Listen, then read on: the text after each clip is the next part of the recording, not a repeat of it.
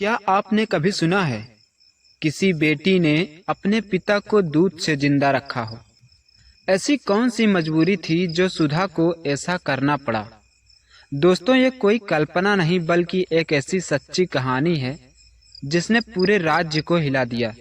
दरअसल बात कुछ ऐसी थी कि एक राज्य था। उस राज्य में एक राजा रहता था।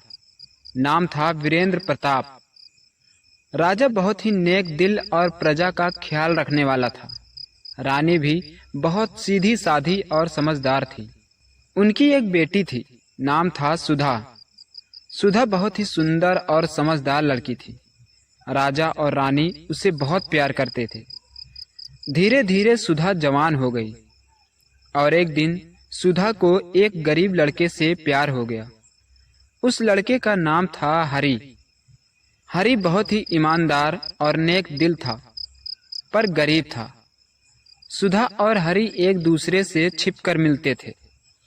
दोनों एक दूसरे से शादी करना चाहते थे, लेकिन सुधा जानती थी कि पिता को यह रिश्ता मंजूर नहीं होगा, इसलिए उन्होंने किसी को कुछ नहीं बताया।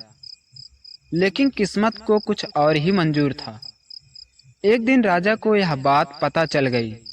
वो नाराज तो हुए, लेकिन बेटी से बहुत प्यार करते थे, इसलिए कोई सख्त कदम नहीं उठाया। उसी समय राज्य में एक मंत्री था, नाम था वक्रनाथ। वक्रनाथ बहुत ही चालाक और लालची था। उसकी नजर राज्य की गद्दी पर थी। वक्रनाथ ने हरि को अपने बहकावे में ले लिया और बोला, अगर तू सुधा से शादी करना चाहता है तो पहले राजा को रास्ते से हटाना होगा।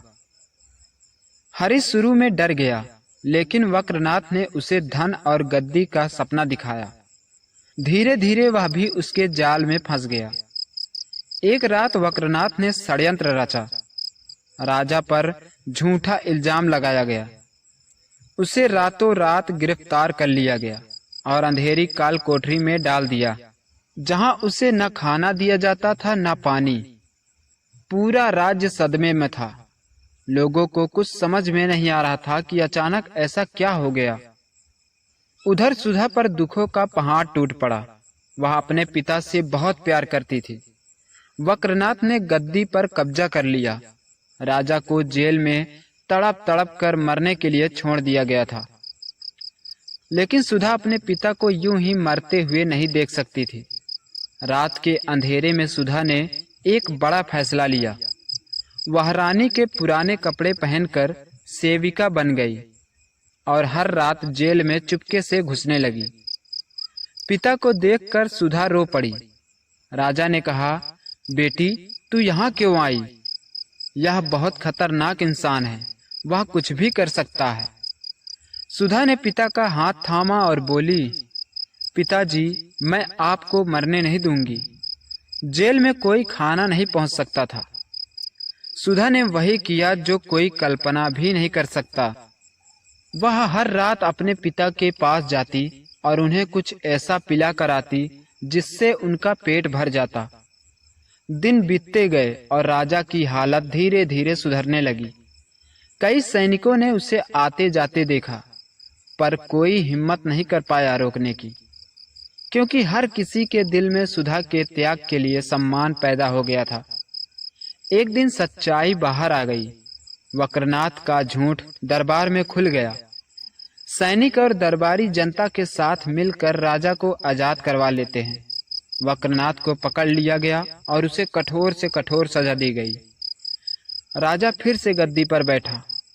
सबसे बड़ा आश्चर्य तो तब हुआ जब राजा ने खुले दरबार में कहा, आज मैं जिंदा हूं तो सिर्फ अपनी बेटी सुधा की वजह से। राजा ने पूरी दास्तान सुनाई। पूरा दरबार भावुक हो गया। हर कोई सुधा की बहादुरी की तारीफ करने लगा। राजा ने हरि को भी माफ कर दिया, क्योंकि उसने अपना गुनाह मान लिया। हरि और सुधा की शादी धूमधाम से कर दी गई। राज्य में फिर से शांति और खुशहाली लौट आई। लोग आज भी सुधा के त्याग की मिसाल देते हैं, क्योंकि उसने साबित कर दिया कि एक बेटी का प्यार किसी भी सत्ता से बड़ा होता है। दोस्तों, कहानी पसंद आई हो तो हमारे चैनल को सब्सक्राइब करें और घंटी को जरूर दबाएं, ताकि हमारी हर दिलचस्प मज़ेदार कहानी आप तक सबसे पहले पहुंच सके। मिलते हैं अगली कहानी में एक और मज़ेदार कहानी के साथ। नाम है रानी का बड़ा बड़ा, राजा का छोटा।